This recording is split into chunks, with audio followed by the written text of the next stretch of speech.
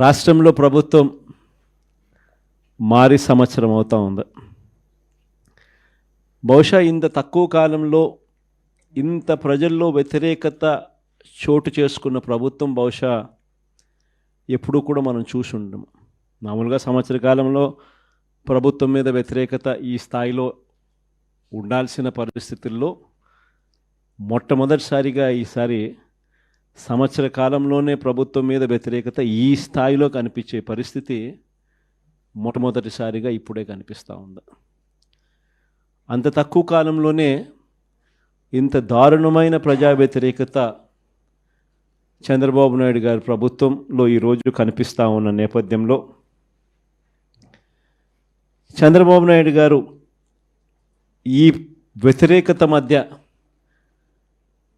ప్రజలకు మంచి చేయాల్సింది పోయి మంచి అన్నది పక్కకి వెళ్ళిపోయింది కాబట్టి అబద్ధాలు మోసాలు మాత్రమే మిగిలాయి కాబట్టి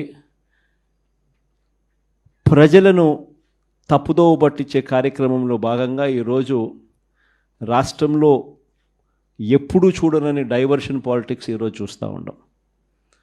ఒకవైపున డైవర్షన్ పాలిటిక్స్ చూస్తూ ఉన్నాం, మరోవైపున అణిచివేత ధోరణి అన్నది ఎవరైనా కూడా ప్రజల సమస్యల మీద ఎవరైనా స్పందిస్తే, ఎవరైనా గట్టిగా అడగడం మొదలెడితే ఆ గొంతును నొక్కడం కోసం ఎప్పుడూ చూడని విధంగా ఈరోజు రెడ్ బుక్ రాజ్యాంగ పరిపాలన ఈరోజు మనం చూస్తూ ఉన్నాం. మన 5 సంవత్సరాల పాలనకు చంద్రబాబు నాయుడు గారి ఇప్పటి పాలనకు మధ్య తేడా అన్నది ప్రస్ఫుటంగా ప్రజలకు అర్థమయ్యేట్టుగా ఈ సంవత్సర కాలంలోనే పాలన చూస్తే ఎవరికైనా కూడా ఇట్టే అర్థమయ్యే పరిస్థితి, వ్యత్యాసం అన్నది ఈరోజు ప్రతి ఒక్కరికి కూడా తేడా తెలుస్తూ ఉంది. మన 5 సంవత్సరాల మన కాలంలో ఎప్పుడూ ఇంతకు ముందు జరగని విధంగా వివక్ష లేకుండా కులం చూడలేదు, మతం చూడలేదు, రాజకీయాలు కూడా చూడలేదు, చివరికి ఏ పార్టీ అని కూడా చూడకుండా మంచి చేసిన ప్రభుత్వం ఒకవైపున మనది కనిపిస్తే రెండవ వైపున ఇటువైపున ఈరోజు ఈ సంవత్సర కాలంలో కనిపిస్తూ ఉన్నది ఏమిటి అని అంటే మంచి అన్నది ఎలాగూ లేదు, వివక్షకు తావు ఎలాగూ లేదు. ఎందుకనంటే ప్రతి పథకము ఏ పథకము లేదు కాబట్టి. మరోవైపున పూర్తిగా రెడ్ బుక్ రాజ్యాంగం అమలు చేస్తూ విచ్చల విడిగా ఈరోజు అన్యాయాలే కనిపిస్తూ ఉన్నాయి. మన ప్రభుత్వంలో ఎప్పుడూ చూడని విధంగా విద్య, వైద్యం, వ్యవసాయం, పారదర్శకత పాలన, law and order, Disha app లాంటివి రెవల్యూషనరీ రిఫార్మ్స్ తీసుకొని వచ్చి ఎప్పుడు చూడని మార్పులు మనం తీసుకొస్తే ఈరోజు ప్రతి వ్యవస్థ కూడా కొలాప్స్ అయిపోయిన పరిస్థితులు ఈరోజు కనిపిస్తూ ఉన్నాయి. వీటి అన్నిటికీ సంబంధించి మొన్న ఈ మధ్యకాలంలోనే వారం రోజుల కిందటనే సుదీర్ఘంగా ప్రెస్ కాన్ఫరెన్స్ కూడా పెట్టాం. దాదాపు 2 గంటల సేపు సుదీర్ఘంగా ప్రెస్ కాన్ఫరెన్స్లో మన పాలనకు ఆయన పాలనకు మధ్య తేడా చూపిస్తూ ఆ ప్రెస్ కాన్ఫరెన్స్లో చంద్రబాబు నాయుడు గారు చేసిన మాటలు ఏమిటి, ఎన్నికలప్పుడు ఆయన చెప్పిన మేనిఫెస్టో ఏమిటి, ఎన్నికలప్పుడు ఆయన ఆ మేనిఫెస్టోను చూపిస్తూ ఆయన మాట్లాడిన మాటలు ఏమిటి, ఆ తర్వాత ఎన్నికలు అయిపోయిన తర్వాత ఆయన ఇవాళ చేస్తూ ఉన్న మోసాలు ఏమిటి, అబద్ధాలు ఏమిటి అని చెప్పి క్లియర్ కట్గా అందరికీ అర్థమయ్యేట్టుగా వీడియోలు కూడా ప్లే చేసి చెప్పడం జరిగింది. ఈరోజు మనమంతా కూడా ఎందుకు ఏకమైనాము అని అంటే సంవత్సర కాలం అయిపోయింది. ఈ సంవత్సర కాలంలో చంద్రబాబు నాయుడు గారి వల్ల ప్రజలకు జరిగిన నష్టం, నేరుడు సంవత్సరం చంద్రబాబు నాయుడు గారు ఇస్తాను అని చెప్పిన ఏ హామీని నెరవేర్చకపోవడం వల్ల ప్రతి కుటుంబానికి, ప్రతి ఇంటికి జరిగిన నష్టం ఎంత? ఈ సంవత్సరం తాను అవే పథకాలు మళ్ళీ ఇవ్వని కారణంగా మళ్ళీ ఈ సంవత్సరం జరగబోతా ఉన్న నష్టం ఎంత? రెండవది, మన ప్రభుత్వం కొనసాగి ఉండింటే ప్రజలకు అన్ని పథకాలు అందుతూ ఉన్న పరిస్థితుల మధ్య ఆ పథకాలన్నీ రద్దయిపోయిన పరిస్థితులు. ఒకవైపున ప్రజలకు అందుతూ ఉన్న పథకాలన్నీ రద్దు, మరోవైపున చంద్రబాబు చేస్తూ ఉన్న మోసాలన్నీ మోసాలుగా మిగిలిపోయినందువలన ప్రజలకు జరిగిన నష్టం. వీటి మీద ప్రజలను మరింతగా కూడా చైతన్యవంతులను చేస్తూ, ఎందుకంటే చంద్రబాబు నాయుడు ఈ మధ్య అంటా ఉన్నాడు, అసలు ఇంతవరకు తన మేనిఫెస్టోలో చెప్పిన ఏ విషయం మీద కూడా, ఏ హామీని కూడా, రిబ్బన్ కూడా కట్ చేయకుండా నేను అన్నీ చేసేసాను, ఇంకా ఎవరైనా ప్రశ్నిస్తే మీ నేలకు మందం అని చెప్పి ఏకంగా బెదిరిస్తూ ఉన్నాడు. అసలు ఏమి చేసినావు స్వామి నువ్వు? ఇంతవరకు చేసింది ఏమీ లేదు, అప్పుడే అన్నీ చేసేసినానని చెప్తా ఉన్నావు. పైగా నిన్ను ఎవడన్నా ప్రశ్నిస్తే నీ నేలకు మందం అని చెప్పి నువ్వు మళ్ళీ బెదిరిస్తూ ఉండవు నువ్వు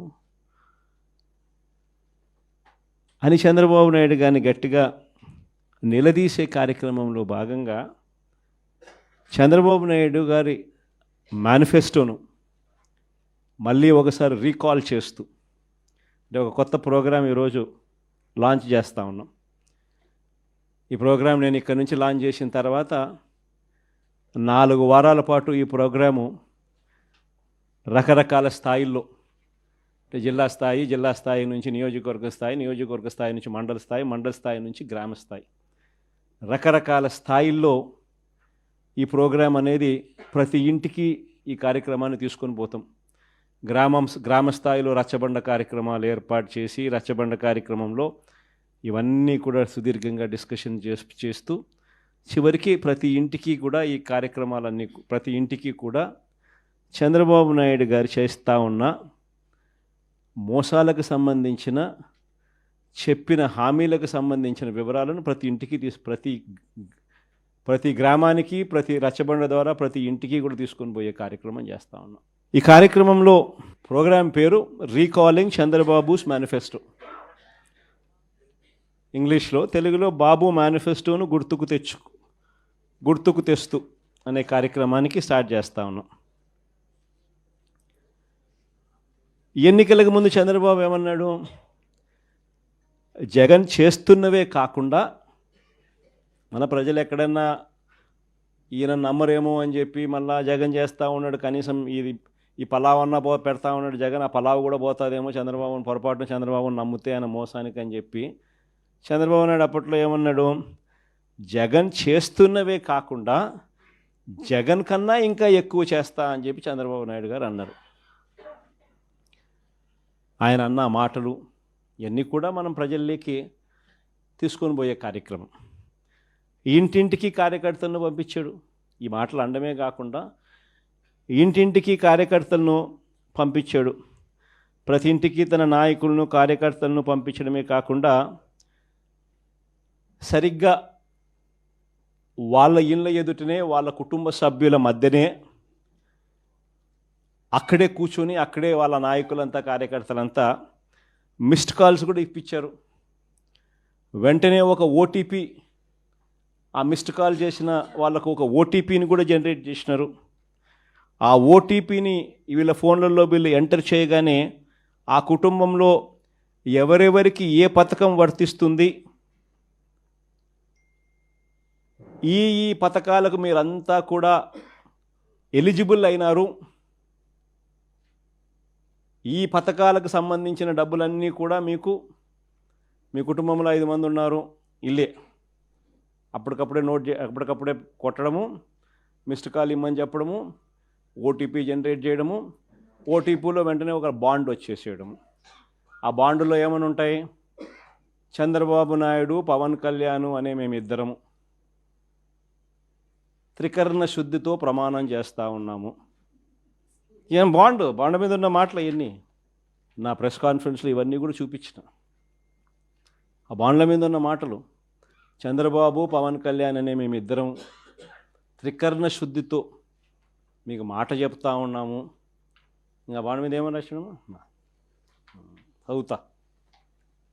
చంద్రబాబు నాయుడు అనే నేను మన రాష్ట్ర ప్రజలు నాపై ఉంచిన నమ్మకాన్ని నిలబెట్టుకుంటానని త్రికరణ శుద్ధితో ప్రమాణం చేస్తున్నాను.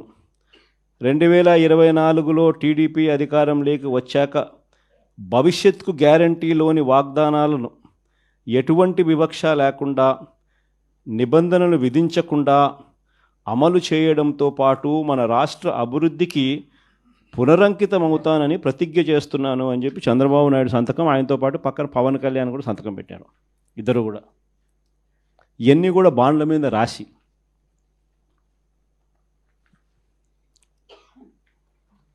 మీ కుటుంబంలో ఇంతమంది ఉండారు, ఇందులో మీ ఇద్దరికి తల్లికి వందనం కింద, మీ పిల్లలకు తల్లికి వందనం కింద మీకు ఇది ముగ్గురు పిల్లలు ఉన్నారు. ఈ ముగ్గురు పిల్లలు ఇంటూ 15,000 తల్లికి వందనం కింద మీకు 45,000 వస్తుంది. మీ ఇంట్లో ఇద్దరు 18 ఏళ్ళు నిండిన ఆడపడుసులు ఉన్నారు. వీళ్ళిద్దరికీ మీకు నెలకు 1,500 రూపాయలు చొప్పున, మీ ఇద్దరికి 18,000 రూపాయలు చొప్పున మీకు వస్తుంది. మీ ఇంట్లో రైతు మీకు ఉన్నారు, మీ రైతుకు 20,000 కింద అన్నదాత సుఖీభవ కింద అదనంగా వస్తుంది. మీ ఇంట్లో ఉద్యోగం రాని పిల్లవాడు, ఉపాధి లేని పిల్లవాడు ఒక పిల్లవాడు ఉన్నాడు.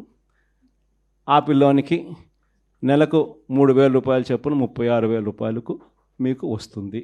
ఈ అన్ని పథకాలకు మీరు అర్హత సాధించినారు,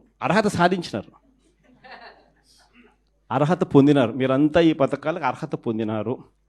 2024 జూన్ నుంచి మీకు ఈ డబ్బులు జమ చేయడం మొదలెడతాము అని బాండ్ ఇచ్చి త్రికరణ శుద్ధితో ఈ మాటలు చెప్పి ఇదన్నీ జరిగినాయి.